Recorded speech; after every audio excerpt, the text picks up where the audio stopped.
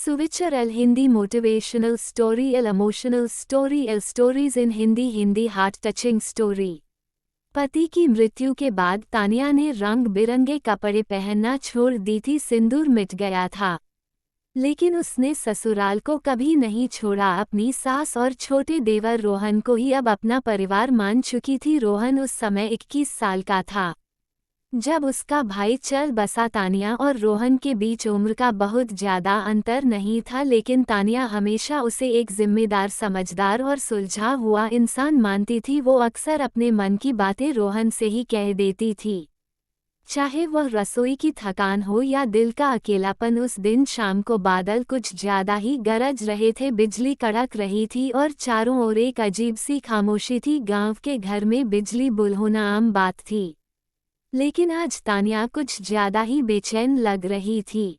तभी तेज बारिश शुरू हो गई, पूरे घर में अंधेरा छा गया। तानिया ने रोहन को आवाज दी, रोहन जरा मोमबत्ती दे दो, डर सा लग रहा है। रोहन मुस्कुराते हुए आया और बोला, भाभी डर कैसा, मैं हूं ना। उसके हाथ में मोमबत्ती थी और आंखों में भरोसा। तानिया ने एक लंबी सांस ली। दोनों बरामदे में जाकर बैठ गए, जहां से बारिश की बूंदें साफ दिखाई दे रही थी। हवा में मिट्टी की सोई खुशबू तैर रही थी। रोहन चुपचाप बैठा था। तानिया ने बात शुरू की, तुम्हें शहर की जिंदगी पसंद है या गांव की? रोहन ने हल्की मुस्कान के साथ जवाब दिया, जहां अपने हो वहीं जिंदगी खूबसूरत लगती है।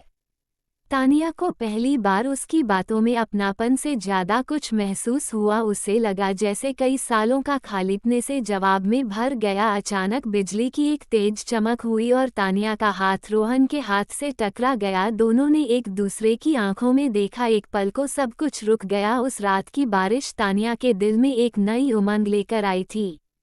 उसे एहसास हुआ कि अकेलापन हमेशा दुख नहीं देता, कभी कभी किसी की मौजूदगी उसे सुंदर बना देती है। लेकिन उन्होंने कोई सीमा नहीं लांघी। रोहन ने सिर्फ तानिया का मन समझा, उसका साथ दिया। भाभी, रोहन बोला, आप अगर कहें तो मैं हर रात आपके बरामदे के पास बैठ जाया करूं, जब तक आपको नींद आ जाए। तानिया की आंखें भर आई, लेकिन मुस्कान के साथ उसने सिर हिलाया। अब हर रात तानिया को रोहन की मौजूदगी का सुकून मिलता था।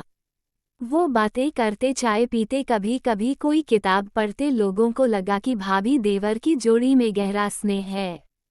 किसी ने कुछ और नहीं सोचा, और यही सबसे सुंदर बात थी। 1 साल बाद तानिया की सास ने धीरे से रोहन से पूछा, अगर तानिया तुम्हारी जिम्मेदारी बन जाए तो क्या तुम निभा पाओगे? रोहन ने सादगी से जवाब दिया, मैं तो कब से निभा रहा हूँ।